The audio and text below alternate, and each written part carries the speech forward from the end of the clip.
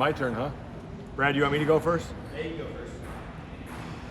Well, I don't think there's a lot that needs to be said. We get on a bus tomorrow to Tulsa, Oklahoma, and I told our guys everybody's 0-0, and that's exciting when you're 0-0. It's a fresh slate, and obviously we're focusing on 10 guys right now, and brackets came out, seeds came out, so I think everybody's hyped, and I know our guys are excited, and we get to compete for a Big 12, at a chance at a Big 12 championship on Saturday and Sunday, and then probably more importantly, then we get we kind of get a pecking order to go to Minneapolis. So obviously the month of March is crazy exciting to be a college wrestler.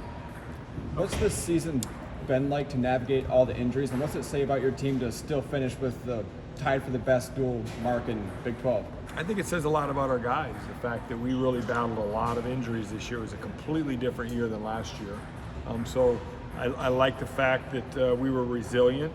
We're going into the Big 12 tournament with a healthy lineup for the most part, and in a full lineup. Really the best lineup that we've been able to put on the mat. We finally get to put on the mat, considering the Gomez injury and stuff like that. So that's good timing. How is your health right now? Not yours personally, but your good. I'm team's. really healthy. I'm really darn healthy right now. So.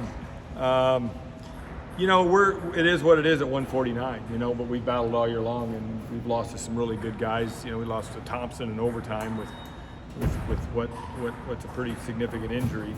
So 49 is what 49 is. I don't think anybody wants to draw Jared Dagan at the Big 12s or the Nationals because he's always been a wild card, and he's still a wild card. Other than that, I think we're, close to perfect as you can be this time of year. There's no such thing as perfect, and I can promise you this, that Jared Dagan's not weighing in and stepping out there worrying about his shoulder. He's going to let it rip. And I think the other 9 guys are as healthy as anybody is healthy in the nation, so we're fortunate. What have you seen from David, particularly the last couple of weeks, and how much he's probably itching to get back on the Yeah, field? I think he's itching to get back out there. He really, he was out for a good month, and so, he should have fresh legs. When it comes to Shapiro and Straw, do you kind of view this as a situation where it's nothing to lose and everything to gain? Yeah, I think everything's how you perceive it, and there's quite a few slots at those weights, and so you go out and you just throw it out there, and I think if we do that, both those weights will be fine. I think Chase Straw proved last year that at the end of the year, he was doing his best wrestling, and I think he wrestled really well the last month going into this weekend. And Shapiro's a young guy, and there's a lot of slots there.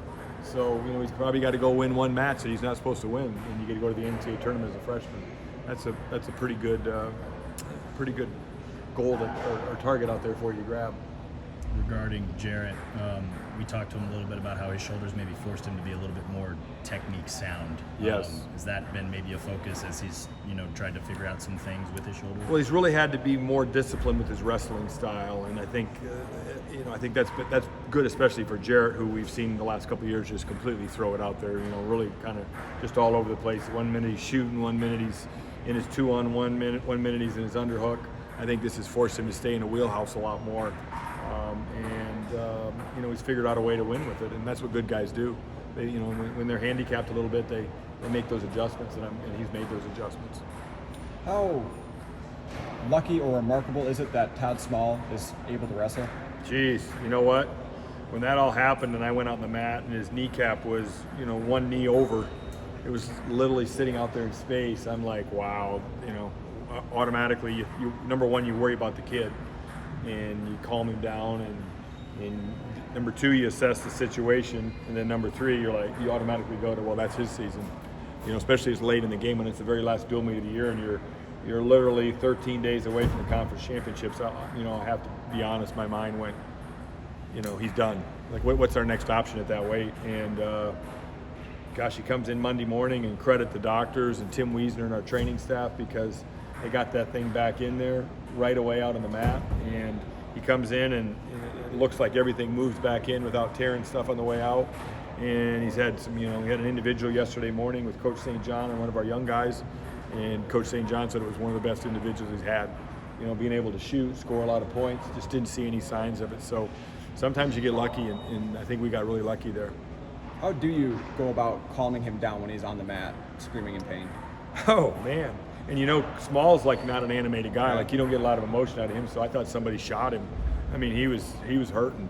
So he calmed down a little bit. But I think we've all been there if we wrestled long enough where something happens that's really really painful, and it gets the best of you emotionally a while. But he seemed to settle down, and I think he was scared. And I think when he woke up and walked into the training room on Monday morning, he was like, "Dang, you know what? I might have got lucky." And so here we are. It's been a while since you have had the starting 10 in a tournament. Right. Is that good, bad, indifferent? How do you kind of? Well, I don't think we've had him since Vegas. If you're, and then Jarrett got hurt right away the first match of Vegas. So it's been the first Friday in December since we've had these 10 guys together. So let's just see what they can do. Thank you, Coach. Good stuff.